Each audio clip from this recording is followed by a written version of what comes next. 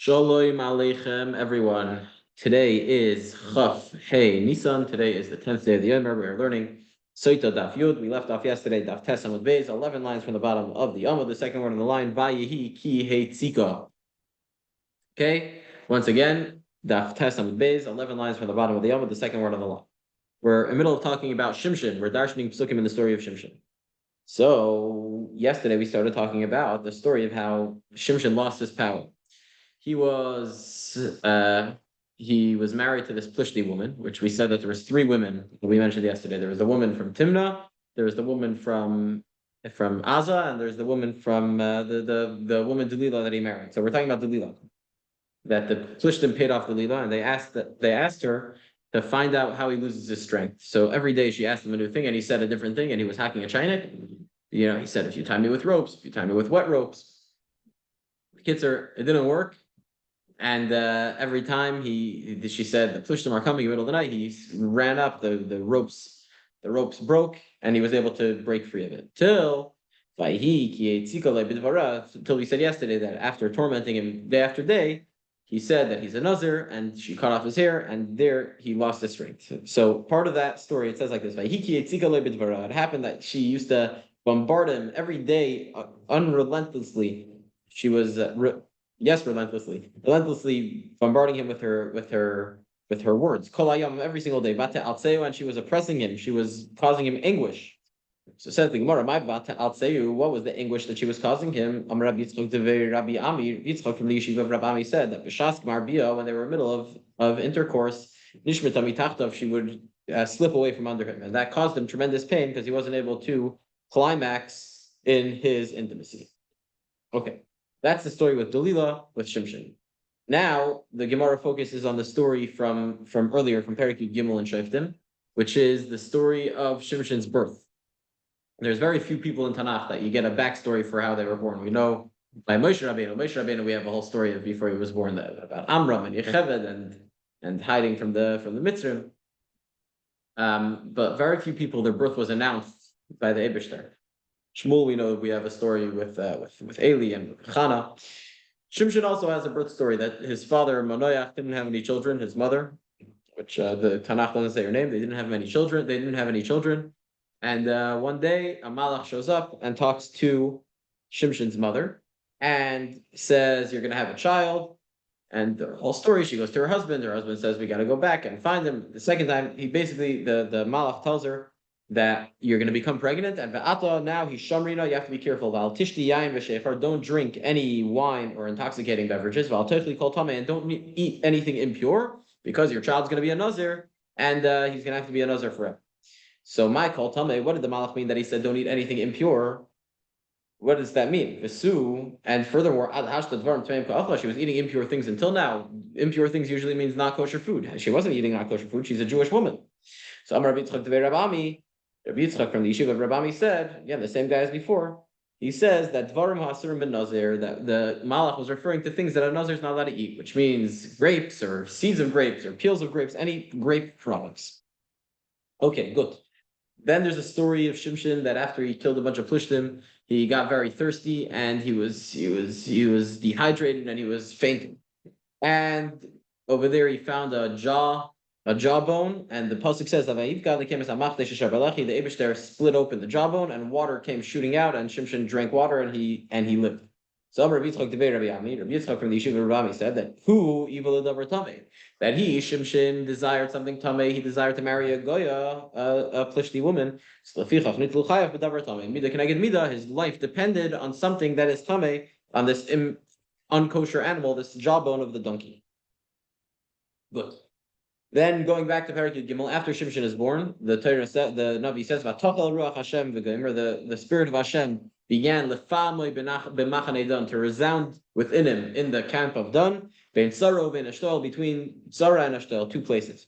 So Amar Rab Chanina says that the spirit of Hashem began. So that's Cholsa Nevuah Shel Yaakov Avinu. That's when the Nevuah of Yaakov Avinu in Parshas Vayechi was fulfilled. What was that Nevuah? It says in the pasuk that when he's benching all the shvatim, he says he don nachash alei derech, that don should be a snake on the path, and a snake. Yaakov Avinu says that he bites the bottom of the horse and when he bites the horse, the whole rider comes flying off. So too, Shimshon is going to be this discreet guy that's going to oppress the Plishtim, and he's going to help the Jewish nation by being this snake on the path. So this nevuah from Yaakov Avinu was referring to Shimshon. Then we said that that it resounded within him in the camp of Dan. So Rabbi Yitzchak from the yeshiva of Rabami said, the Shechina was bouncing around in front of him like a bell. Like it says, it says over here, that Hashem's spirit resounded within him. And the word he uses is lefamoi. It says in the parsha by building the Mishkan in Parsha Tetzaveh that on the bottom of the Me'il, which was the big blue robe that the Kohen Gadol wore, so on the bottom of the robe you had pamoin v'rimoin. There was bells and pomegranates. The pamoin is the bell, so pamoin, bell, lefamoy, to resound within him. It's the same word, so it means that the Shekhinah was bouncing around him like a bell. Bein Tzara bein Eshtel, the pasuk says that he was between Tzara and Eshtel. So Amar Rabasi says Rabasi, Tzara v'Eshtel shnei harim gedolim hayu. The places Tzara and Eshtel were two very big mountains. V'Akor and Shimshon uprooted those two mountains, and he grinded them one into the other. That's how strong Shimshon was. Then back to Perek Yud Gimel Shoftim before, when the Malach is telling the mother about what her son is going to be like, he says that V'hu Yochel le'Yishias Yisrael, that he will begin saving the Jewish nation.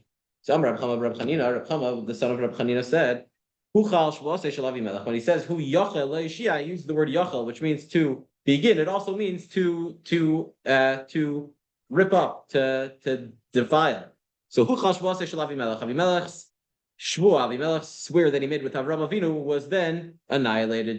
Like it says in the pasuk in Parshas Vayira, Avimelech and Avram got into a little bit of a fight, and they make peace at the end, and they make a pact that Avimelech says, "Im tishkar li ulenini ulenechti," if you will deceive me or my son or my grandson, meaning for all generations, my descendants and your descendants will have to get along with each other, and they're not able to fight each other. But since the Plishtim were then oppressing the Yidden, right? The Plishtim were descendants of Avimelech. Avimelech was the king of the Plishtim. So the Plishtim fought against Avram Avinu's descendants, the Yidden. So therefore, the Shvuah was now abolished, and Avram's descendant Shimshon was able to fight back against the Plishtim. Good.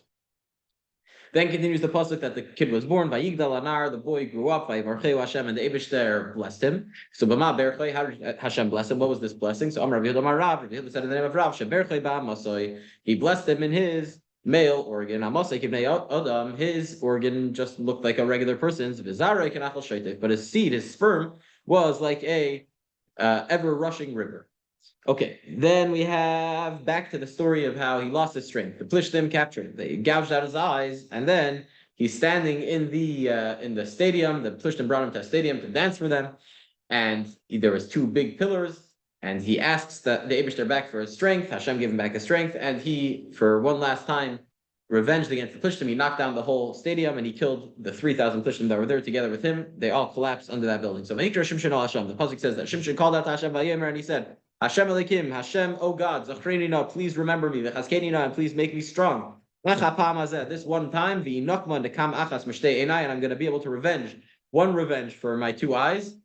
Amar, yeah, so that's what he says. Me plishtim for the plishtim. So Amar Rav said that Amar Shimshon l'fnei HaKadosh Baruch Hu, what was Shimshon saying to the Eibishter? Yibene Shalom, master of the world, Zechor li Esther Mushtayim Shana Sheshafati Es Yisrael. Remember the 22 years that I judged the Jewish nation. And not even once did I tell one Jew to move my stick from one place to another. I never asked them to do anything for me. I was a good judge. I judged them faithfully. So remember this for me and make me get my strength back so that I can decimate these Plishtim. Good. Then we have a pasuk earlier, Perek Tezvav in Shoftim. The Gemara is jumping around. It's not going in chronological order. It looks like. So the pasuk says that Shimshon married a woman from Plishtim, not Delilah, a different woman before, and the father of that woman took her back and married her to a different guy. So Shimshon basically took revenge on them. Really, he just wanted to revenge against the Plishtim for harming the Eden, but he made it look as if he was revenging against that story. He used that as an opportunity. So Shimshon went. He captured 300 foxen, I think, and he tied each two foxes together, and he put a torch in between their tails. And they ran around and burnt down all the Plishtim's properties, all their fields. So Vayelech Shimshon, he got 300 foxes. So why dafke foxes? So Amar Rabbi Ivu bar Negdi Amar Rabbi Chia bar Abba Amar Rabbi Chia bar Abba Rabbi Ivu bar Negdi said in the name of Rabbi Chia bar Abba that Amar Shimshon said like this: Yavai mi shechazer la'achayrav Yifra mi plishtim shechazru b'shvuasa. The Plishtim went back on their promise. They retracted their deal that they made with Avram Avinu. So therefore, we should have the animal which retracts, which is the fox. A fox, when it runs away from another animal, it runs backwards. It doesn't run forward. So since just like a fox runs backwards, the Plishtim also went back on their promise. So therefore, we're going to use that symbolically to get rid of the Plishtim. Tanya, the last narrow line on Yud Amalaf. Tanya Amr Reb Shimon HaChassid. Reb Shimon HaChassid taught in a brisa. Bein Kseifav Shel Shimshon, between the shoulders of Shimshon was Shishim Amos, 60 Amos. So very, very large amount of space. Shenamar, like it says in the pasuk in Shoftim Perek Tes Zayin, that Vayishkav Shimshon al Chatzi Alayla. Shimshon slept in Aza for until half of the night. He was there sleeping with a prostitute. I think we mentioned the story yesterday. And the Plishtim wanted to gang up on him. They found out that he was sleeping there. They wanted to gang up on him and kill him. And he found out that the Plishtim were after him, so he slept till midnight. He woke up at midnight. He held on to the gates of the doors of the gate of the city, and the two doorposts. He picked them up together with the lintel. And he put the whole doors of the city of Aza on his shoulders. And we have a tradition that the doors of Aza were no less than 60 amos. And if you put them on his shoulders, that means that his shoulders had to be 60 amos big. Obviously, these midrashim they're meant to be taken as a mashal, not as a mashal. Sort of euphemistically, that Shimshon was such a big personality that it was ki'ilu he was 60 amos wide. Okay. Then another pasuk back to after Shimshon was captured. They put him in jail. Before the story of him knocking down the building, they put him in jail, and he's in jail. And it says that when he was sitting in jail, he was grinding in the jail, in the house of the prisoners, the jail. So Rabbi Yechanan says, that when it says grinding, it's a euphemism for avera. It says in the pasuk in Iyov, that my wife will grind for another man, and over there it's used as a euphemism for his wife, for a wife having relations with another man. So there it's talking about intimacy. So too Shimshon was doing that in jail. So Malamed teaches us that every man brought his wife to Shimshon, the Beis Asurim, to jail, to have relations with Shimshon, so that the wife would get pregnant from Shimshon and have big, strong kids. Amr Rav Papa said, Rav Papa, that Hainu Damri Inchi, this is what people say, the saying that says, that in front of someone that drinks wine, a wine connoisseur, you should bring wine as a gift because he's used to wine, so he'll appreciate wine. Before a gardener, you should bring a basket of greens, of vegetables, because this guy is dealing with vegetables all day. So too, by Shimshon was a man who was with the ladies. He slept with a lot of women. So too, they brought all their wives to him in order to have relations with him. Rabbi Yechanan said, Rabbi Yechanan, call him mizana, anyone that cheats on their wives, anyone that is that commits adultery, ishtay mizanenes alav, his wife will cheat on him also. Shemar, like it says in the pasuk, im nifta libi al isha ve'al pesach rei aru basi. Kitzer, this pasuk in also in Iyov, and over there the pasuk says, that when my heart is attached to this other woman and to the wife of my friend, so my wife will grind on someone else, and others will crouch over her, which means that if a man cheats on his wife, the wife will cheat on him also. And he's not saying that that's what happens in every case. He's saying that that's the nature of marriages, that if the marriage is falling apart because the husband is cheating on his wife, the wife will cheat on the husband too.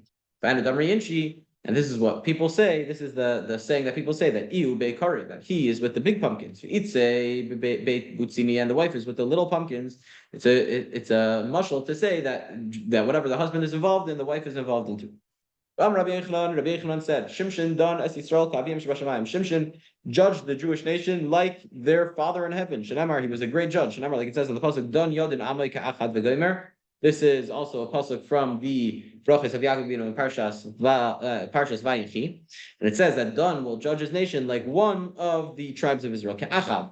And we're teaching Dan Yod Amay Ke'echad, that Dan judges his nation. We said before that this is referring to Shimshon. Ke'echad, like the one. Who's the one? The Eibush there is one. Hashem Echad.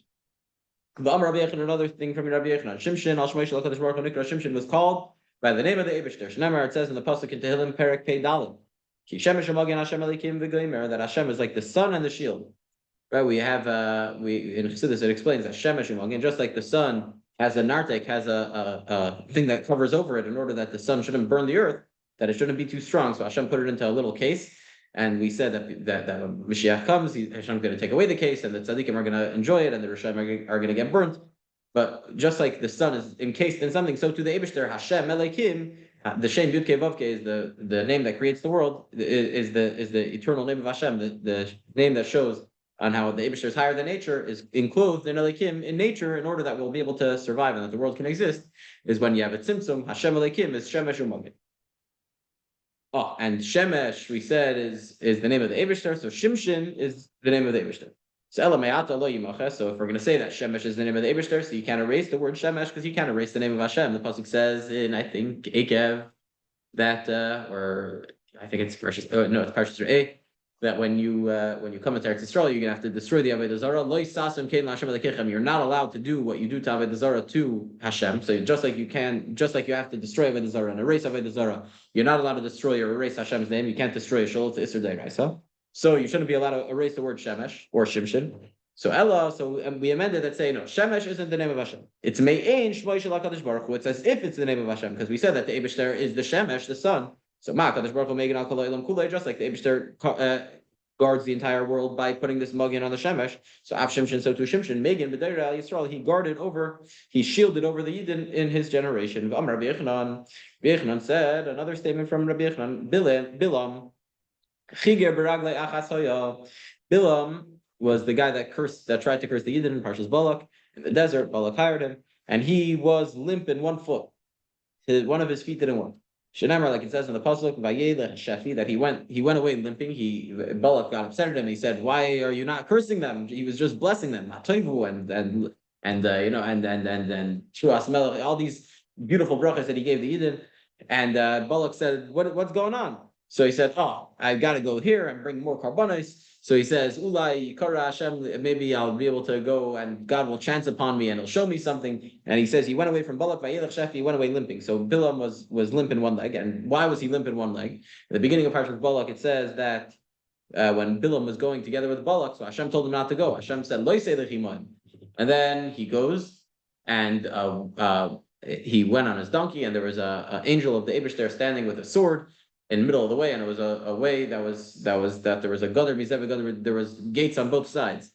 So the donkey saw the malach, and Bilam didn't see the malach. The donkey saw the malach, so he jumped into the wall and he knocked Bilam's foot, and he kept on doing it, and Balak kept on hitting it. He didn't know what was going on until the malach appeared himself. Kitzer, he hit Bilam's foot, so Bilam's foot was limp, one of his feet.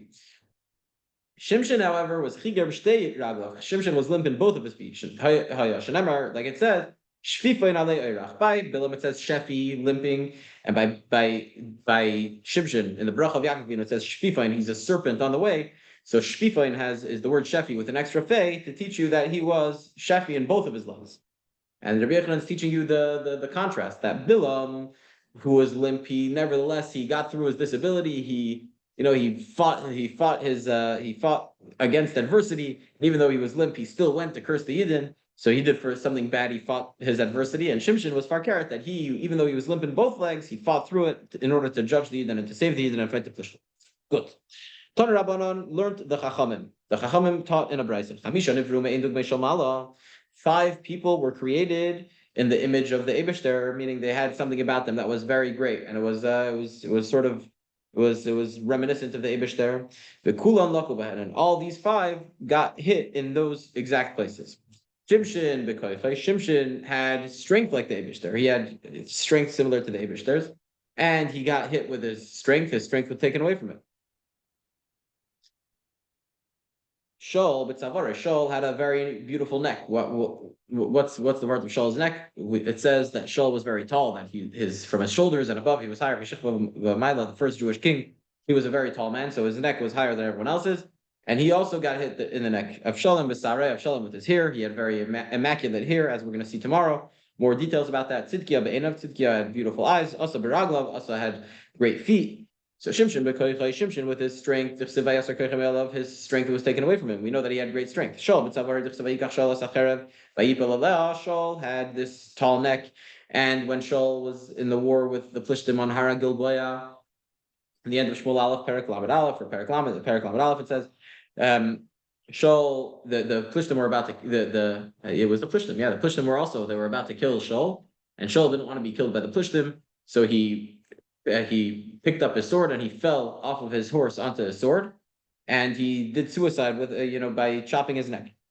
Avshalom Bisaroi Kidabina Lamemer Kamon. Avshalom had beautiful hair, and he was hit with his hair, as we're going to say tomorrow in the end of Afiyod David Beis and on Afiyod Aleph. We're going to have the whole sugya of Avshalom. Tzidkiah had beautiful eyes. Rashi says he doesn't know where it says that he had such good eyes, but he was definitely struck in his eyes. And this brisa, there was a tradition that he had these beautiful eyes. The Chsiv, Tzidkiah Iver. Tzidkiah was the last king of Yehuda.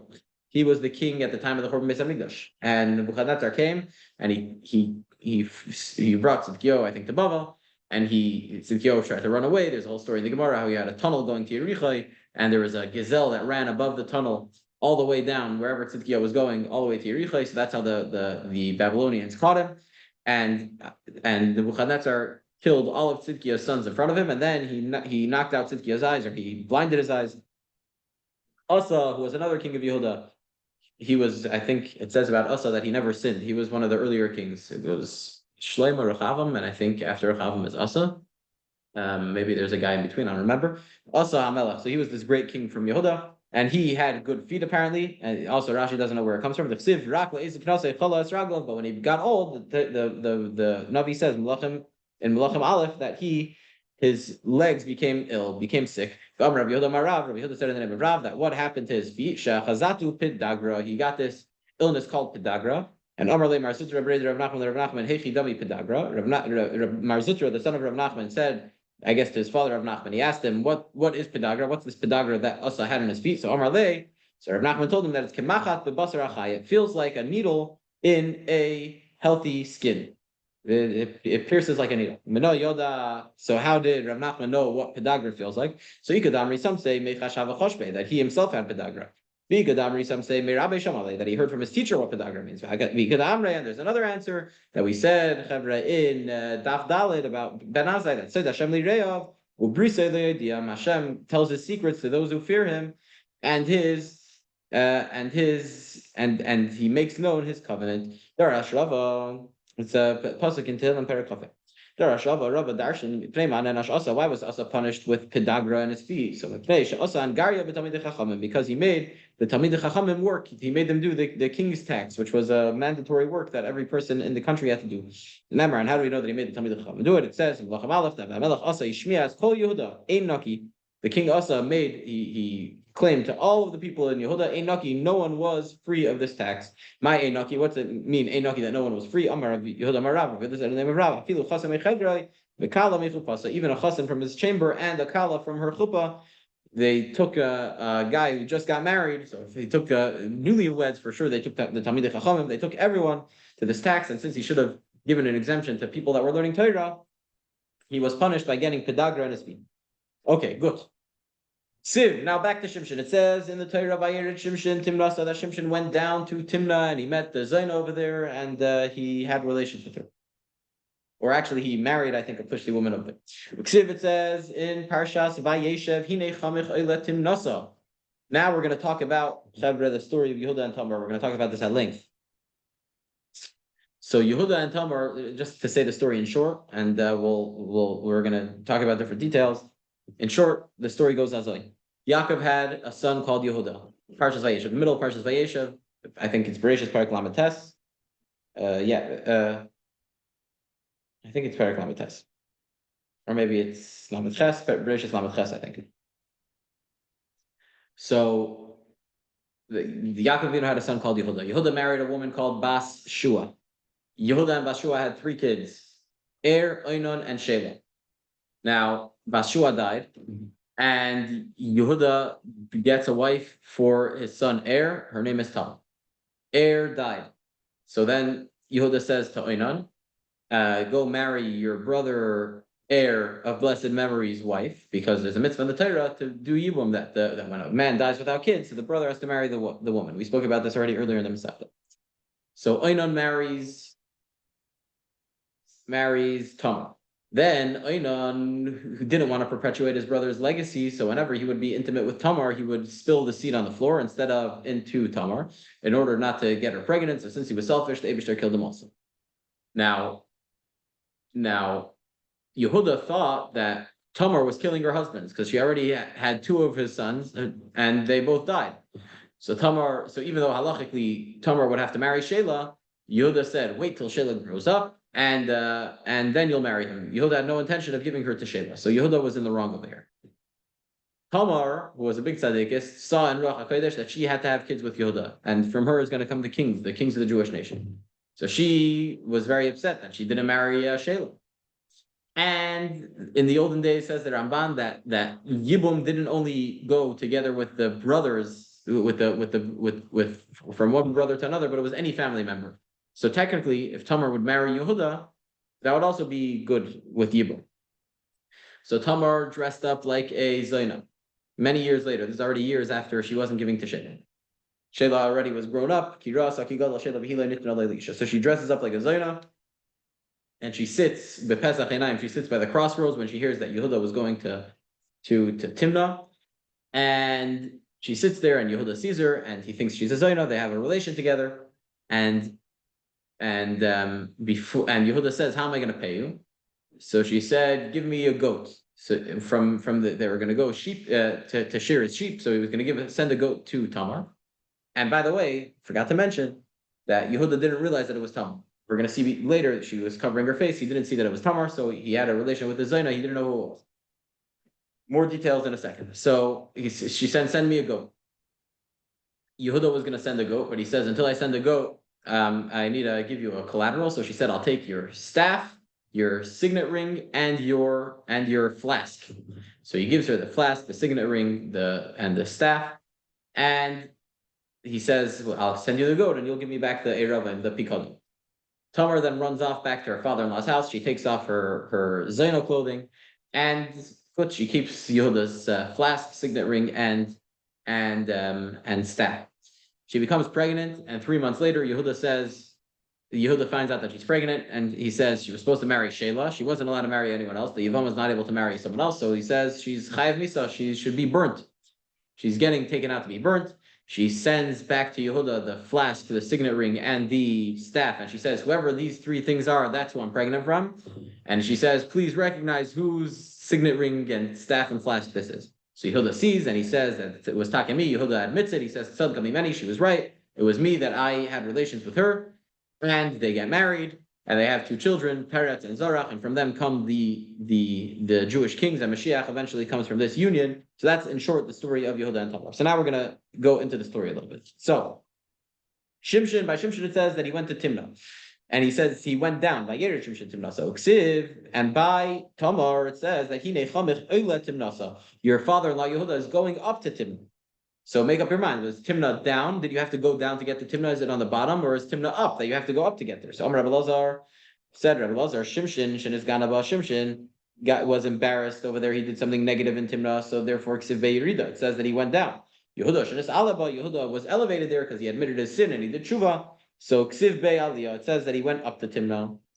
Shmuel Bar Nachmani says a different answer. He says that Shtei Timnois Hoyu. There was two Timnois, two places called Timnah. Chada B'Yirida. One was on a descent, but Chada B'Aliyah, and one was at an elevation, at an ascent.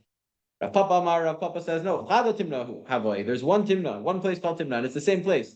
The Asi Mehagisa Yirido, the Asi Mehagisa Aliyah, but it's in the middle of a mountain. So therefore, if you come from the top of the mountain, you're going down. So Shimshon was coming from up, so he went down to get to Timnah. Yehuda was going from the bottom, so he went up to get to Timnah. He going just like Vardonia, the city that is in the middle of a mountain of Beibori, another city, Vishuka de Neresh, and the marketplace in Neresh also is in the middle of a mountain. You have to go up from one side and down from another side. Good. About Tamar, it says, Vateshev b'Pesach Einayim. She dressed up like a Zaina and she sat at the crossroads, at the fork in the road. So Amar Rabbi Alexandri, why is it called Pesach Einayim? Rabbi Alexandri said that Melamed she'olcha v'yashva b'pischei shel Avram Avinu. She sat at the entrance of the tent of Avram Avinu. Makom shekol einayim tzefis l'reisay, and Avram Avinu's tent is Pesach, the entrance of the tent, which is called Einayim, because all eyes would look towards Avram Avinu's tent as a landmark to go to Avram Avinu's tent, because everyone was welcome at Avram Avinu's tent. Rav Chanan said in the name of Rav that Makim Hu Sheshma Einayim. There's a place called Einayim that's where she said in the entrance of the city called Einayim. That's what it says in the pasuk in Yeshua when Yeshua splitting up Eretz Yisrael. It mentions all the cities in Eretz Yisrael that went to every shevet. So one of the places is Tapuach, V'Ha'enam, another place called Einam. So that's the Einayim from Parshas Vayeshev. Shmuel Bar Nachmani Amar, Shmuel Bar Nachmani said that Shenasna Einayim L'Dvara. It's called Einayim because over there she gave color to her words, that she explained her words very well. Kishatva, when Yehuda asked her to have relations with him. So Amar La, so Yehuda first asked her, Shema Nachrisat, maybe you serve Avodah Zarah. I can't have relations with someone that serves Avodah Zarah. So Amar Le, she said, no, I am a convert. I don't serve Avodah Zarah. Shema Ishasishat, maybe you're a married woman. So Amar Le Pnuyani, I'm unmarried. Shema Kiba Bachavich Kiddushin, maybe, right, and she was saying the truth. She was a Gieris, she believed in the Eibush there. She was Pnuya, she wasn't married at that point. So Shema Kiba Bachavich Kiddushin, maybe your father accepted Kiddushin on your behalf. The Torah says that a man can marry off his daughter by getting kiddushin from another man, but that man now marries his daughter by him giving the ring or the kiddushin to his father, to the girl's father. So Amrullah Yisemani, she says, Amma Yisemani, Yisema Midayraisa is not able to get married unless it's by herself, unless the man gives it to her herself. But since she doesn't have a father, the Torah doesn't allow a man to marry her unless he gives the kiddushin to her herself. It could be the mother or the brothers, at least the first time. But the point is, Midayraisa can't work like that. And since she said that I'm not an Eshes Ish, so he said maybe your father got kiddushin for you and you just don't know about it. She said it's not possible. I'm a Yisema. Shema Tmea'at, maybe you're impure, maybe you're Nida. So Amrale Tahirani, no, I'm actually pure. I am not on my period. She went to mikvah, whatever the case was, and there's no problem. So therefore, Nasai Naimud Bara, she gave color to her claims that she explained very well why he's able to be with her.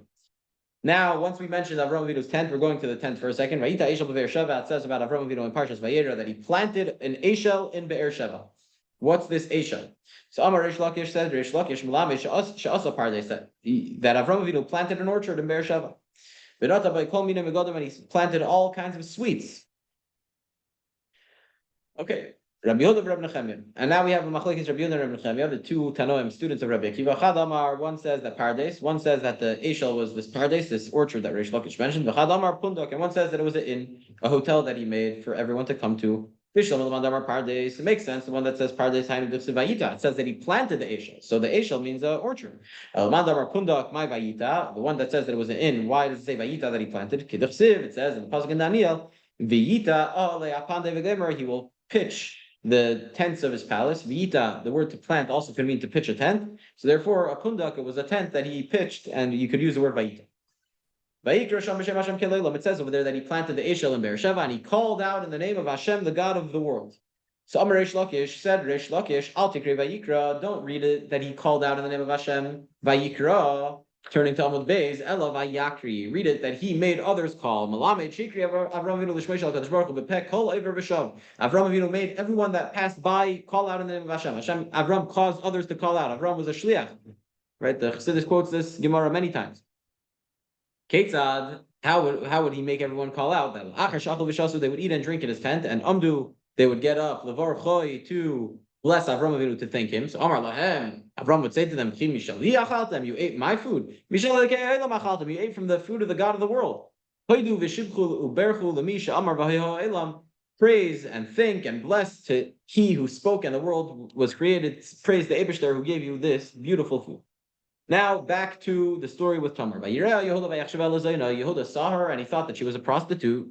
Because she covered her face. That's what the pasuk said. She covered her face, which in Pshat and pasuk is that he didn't think that it was Tamar, because if it was his daughter-in-law, he would have seen that it's Tamar. He knows who she is. But since she was covering her face, he didn't know who it was, so he thought that it was Tamar Zona. So said the Gemara, because she was covering her face, he thought that she was a Zona. Right?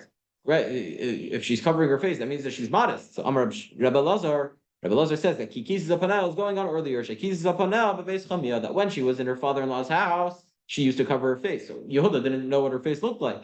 And then when he sees her over here, he thought that she was a Zaina because she used to cover her face back in the day. She was very tznuah. She was very modest. So the Amar Shmuel Bar Nachmani, Amar Rabbi Yonasan, like Shmuel Bar Nachmani said in the name of Rabbi Yonasan, the Kol Kala Sheet Tznuah Bebeis Chamia, any Kala, any bride that is modest in the home of her father-in-law, Zoicha, she merits and descended from her will be kings and prophets. And how do we know this? Mitamar. we know this from Tamar, and Tamar, from her descended Nevi'im and Malachim. Nevi'im came from her. It says in the pasuk, Chazoin Yeshayahu ben Amoitz, the vision of Yeshaya, the son of Amoitz. This is the first pasuk in Yeshaya. Yeshayahu was a descendant of Tamar, as we will explain in a second, but his father's name was Amoitz. Keep that in your head for a second. Malachim, kings came from Rami David, because David HaMelech came from Tamar. We read the whole line that Tamar had a son Peretz, who had a son. Peretz's son was Chetzrain, Nadav, Nachshain. Because I think I'm screwing up the order. Nachshain's son was Salma, Ovid, Yishai, David, whatever. All those names scramble it to make the right order. Kitzer, David was a direct descendant of Tamar. Rab Levi, and Levi said that we have a tradition from our fathers that Amoitz v'Amatzia Achim Havu, that Amoitz and Amoitz was Yeshaya's father. Amatzia was the king of Yehuda, so they were brothers. He was one of the kings, one of the later kings. So they were brothers. So if they were brothers, and Amatzia is a direct descendant, Ben Achar Ben from David HaMelech, who's a direct descendant of Tamar. So obviously, Yeshaya, who's first cousin with the king, who's a nephew of the king, and also first cousins with the king of Uzio, right? So they both descend from Tamar. So you have Nevi'im and Malachim from Tamar because she was tznius in her. She was modest in her father-in-law's house. Good. Says the pasuk that Yehuda finds out that she's pregnant, and he says, "Take her out to be burnt." So he mutzeis, she was being brought out to be burnt. So says the Gemara, he mitoitzeis mi boile. It should have said mitoitzeis because mutzeis can also mean that she was finding. It doesn't only mean that she was being taken out. So Rabbi Elazar says a drush from here that that there was a finding that happened. She found the simonim, the three things, the flask, the stick, and the signet ring of Yehuda, and Samuel verichatan. Samuel, who's the Sar of Esav, he's the Sotah. He came and he moved them away from her. He tried to make her lose them so that she shouldn't be able to spare her life. Then Gabriel then came to Kirvan and he brought them back to her. So she found the Simonim, Hainu Depsiv, and this is what the meaning of the pasuk Tilim Perek Nun Vav Lamnatzeach Al Yonas Elam Rechokim LeDavid Michtam. The kapitel over there starts that Lamnatzeach to the choir master, to the conductor. That's how a lot of kapitelach start. It's a musical note to the conductor who would sing this Tilim in the Beis Hamikdash. Al Yonas Elam Rechokim, on account of the silent dove, which is on account of the distant silent dove. On account of the distancing, says Yonas Elam is a silent dove, Rechokim, that's distant. Le David Michtam, to David a Michtam. So we're going to explain what Michtam means in a second. So Amar Rabbi Yochanan said that this pasuk is talking about Tamar. We said that Samuel came and moved away the stick and the signet ring and the flask. So what happened to her? Nases kiyone lemes. She became like a mute dove. She wasn't able to say anything to defend herself because she lost the simonim for Yehuda. We're gonna ask in a second how come she couldn't just tell Yehuda directly that I was the woman that you had relations with. But so she became like this silent dove, and the David Michtam, and that led to David Michtam. Sheyatzav Mimena David, descendant from her came David. Shahaya Mach V'tam. That David was Mach means poor, which means humble, and he was complete. The chol davar to everything. He was always this humble guy, and he was complete. He was a tzaddik. The coil. Davar acher. Another explanation is Michtam that Shahisa Makosei Tama, that his wound was complete, which means the wound of bris milah that every boy gets, his was complete because he was already born. Shenelik Shumol, he was born after he was already circumcised. Davar acher. Another explanation is Michtam that Kishem Shebekat Nusay Hiktanatma Yitzel Mishagadol Mimenu Lim L'Torah Kach Begad Lusay. That just like when he was younger, he went to the greater people to learn Torah. He made himself small to learn Torah from the greats. So too, when he grew up, he still went to greater people to learn Torah. So that's mach v'tam, that he was humble and he was complete, that he was completely humble his entire life. Over there, the pasuk continues that she sends a message to her father-in-law Lamar and she said to the man that these three things are, that's who I'm pregnant from. So she should have just told him directly, I'm pregnant from you. So Rav Zitra bar Tovia Amar Rav Zitra, son of Tovia, said in the name of Rav Amrila Amar Chana bar Bizna Amar Shimon Chasida. Some say that it was Rav Chana bar Bizna in the name of Rav Shimon Chasida of Amrila. Some say it was Amar Rabbi Yochanan Mishum Rav Shimon ben Yochai, that Rabbi Yochanan said in the name of Rav Shimon ben Yochai.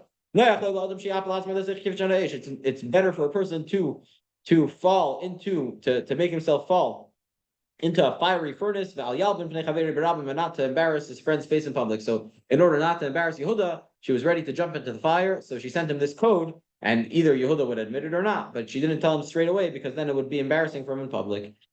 Manola, and how do we know this? Tamar from Tamar. Good. Hacker no Tamar said that please recognize this signet ring and this and the seal and the staff. Whose are these? So Hacker no. So Amar Reb Chanina, Reb Chama, the son of Reb Chanina, said, "Hacker Bisar La'aviv." Yehuda informed his father with the word Hacker. Hacker Bisruhu, and he was informed with the word Hacker. Hacker Bisar. He informed his father with the word Haker because when after the brothers sold Yosef, they tried to convince Yaakov that they killed him. They took Yosef's cloak and they dipped it in blood and they gave the blood to the blood-soaked coat to Yaakov and they said, Hakerna, please recognize it. Is this your son's coat? And Yaakov saw it and he started crying. He said, for sure, Yosef was killed by a wild animal. Haker Bisruhu, Hakerna, Lemi. And he was informed with Haker because she said, please recognize with the word Haker. So Mida connected Mida. He said Haker, he got Haker said to him. Next, no, she said, please recognize. No is the lashon of the word no means please. It's asking a favor. Amrale, she said, please. Oh Yehuda, Haker pnei beracha, please recognize the face of your creator, and do not hide your eyes from me. See me, realize that it's all your fault, and admit it. And things. So Vayakir Yehuda recognized it. Vayomer, and he said, Sotah, she's correct. Mimeni, this whole tzara came from me. Hainu damar Rav Chanan bar Bizna. Amar Rav Shimon Chasida. This is what Rav Chanan bar Bizna said in the name of Rav Shimon Chasida that Yosef Shekidish Shem Shemayim Baseiser Yosef sanctified Hashem's name in private. And Chevra, we're going to talk about the story a little bit later in the Perek. Because he sanctified Hashem's name in private. With the story of Eshes Beitifar, which we're going to talk about later, that she tried to seduce him, and he said, how could I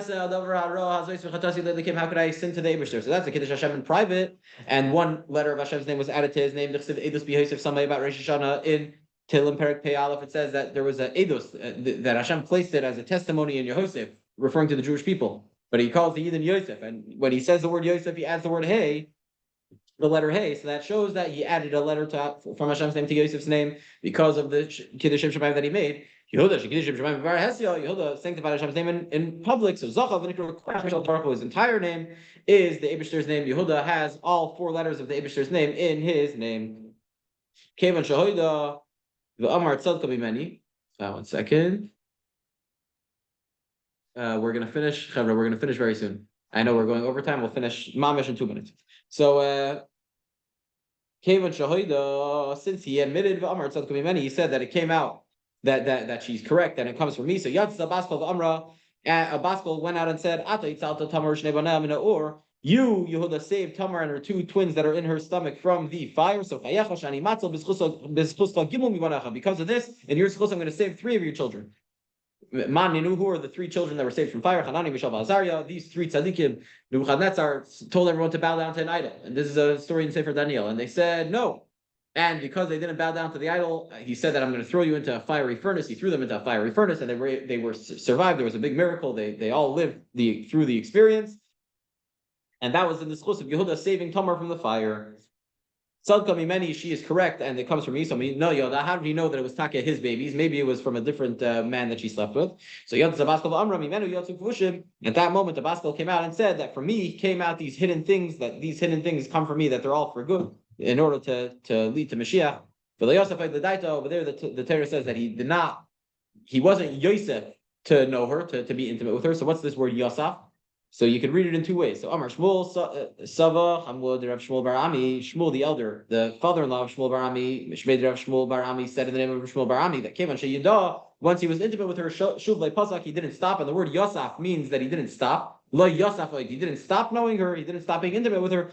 Ksiv Hacha, it says over here, Lo Yosef, he wasn't Yosef to be intimate with her, he didn't stop. Ksiv Hacha, how do we know that Yosef means to stop? It says in the Torah in Parshas Vayeschanan that by Matan Torah there was a koil gadol v'lo Yosef, there was a loud voice of the Eibishter, and it didn't stop.